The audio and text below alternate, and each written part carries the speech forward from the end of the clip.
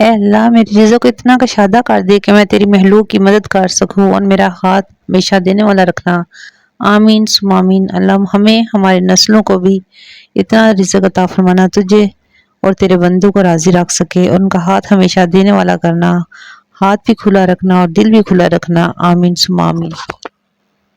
اللہ کو راضی کرنے کا وظیفہ یہ ایک مرتبہ پڑھے، اللہ اللہ ربی لا اشرک بہ شیئا، یا 3 مرتبہ پڑھ لیں، لا الہ الا انت سبحانک انی کنت من الظالمین، 12 مرتبہ پڑھ لیں، حسبی اللہ لا الہ الا ہو علیہ توکلت وہو رب العرش العظیم، حسبی اللہ لا الہ الا ہو علیہ توکلت وہو رب العرش العظیم، حسبی اللہ لا الہ الا ہو علیہ توکلت وہو رب العرش العظیم، حسبی اللہ لا الہ الا ہو علیہ توکلت وہو رب العرش العظیم، حسبی اللہ لا الہ الا ہو علیہ توکلت وہو رب العرش العظیم، حسبی اللہ لا الہ الا ہو علیہ توکلت وہو رب العرش العظیم، حسبی اللہ لا الہ الا ہو علیہ توکلت وہو رب العرش العظیم، حسبی اللہ لا الہ الا ہو علیہ توکلت وہو رب العرش العظیم، حسبی اللہ لا الہ الا ہو علیہ توکلت وہو رب العرش العظیم، حسبی اللہ لا الہ الا ہو علیہ توکلت وہو رب العرش العظیم، حسبی اللہ لا الہ الا ہو علیہ توکلت وہو رب العرش العظیم،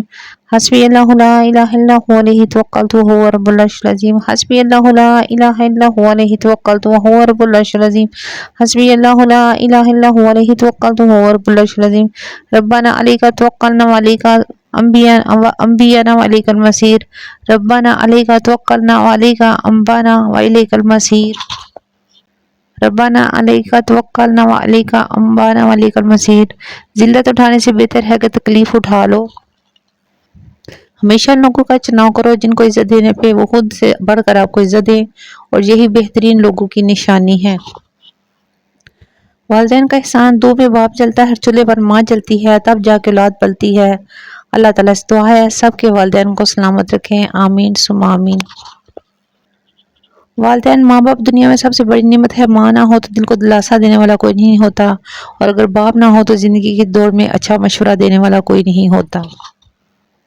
ماں وہ ہستی ہے جس کی دعاؤں سے رب کی رحمت برستی ہے۔ لوگ کہتے ہیں نہ کہ سچ کڑوا ہوتا ہے، حقیقت میں سچ نہیں، آپ کے بولنے کا انداز کڑوا ہوتا ہے۔ الفاظ چابیوں کے مانند ہیں، ان کا صحیح استعمال کر کے لوگوں کے منہ بند یا دل کھولے جا سکتے ہیں۔ صبر کا تعلق خاموشی سے ہوتا ہے جس کا شور صرف اللہ جانتا ہے۔ مجھے جب کوئی کہتا ہے نا کہ تم غلط ہو تو میں کہتا ہوں ٹھیک کہا آپ نے۔ اب مجھے غلط نہ ہوتے ہوئے بھی غلط ہو جانا آسان لگتا ہے، کیونکہ آج کل لوگوں کے سامنے صحیح ہو کر بھی خود کو صحیح ثابت کرنا بہت زیادہ مشکل ہے۔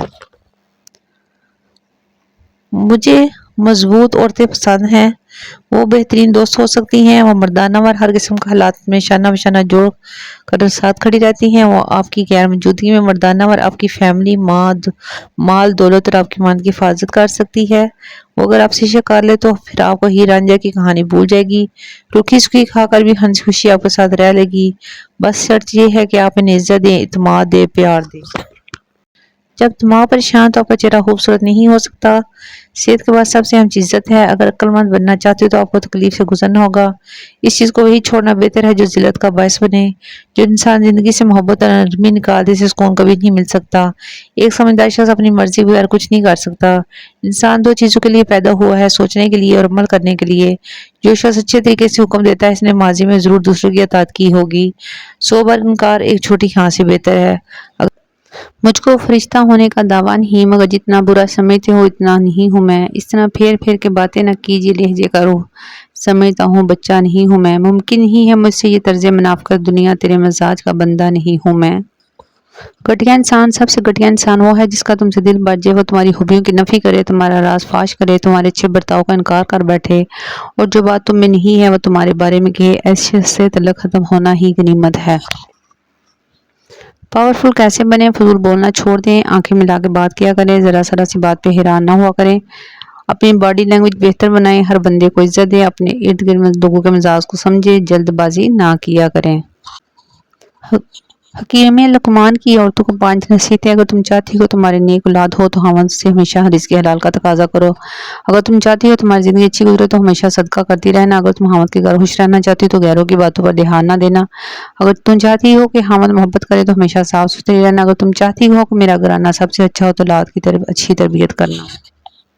قیمتی مشورہ، اپنے ارادوں کو مخفی رکھیے جب تک ان میں کامیابی نہ مل جائے۔ کامیابی مل جائے تو اپنی خوشی کو پوشیدہ رکھیں جب تک وہ مستقل نہ ہو جائیں۔ انتظار کیجیے، حوصلہ رکھیے، کچھ باتیں پرانی ہو کر زیادہ قیمتی لگتی ہیں۔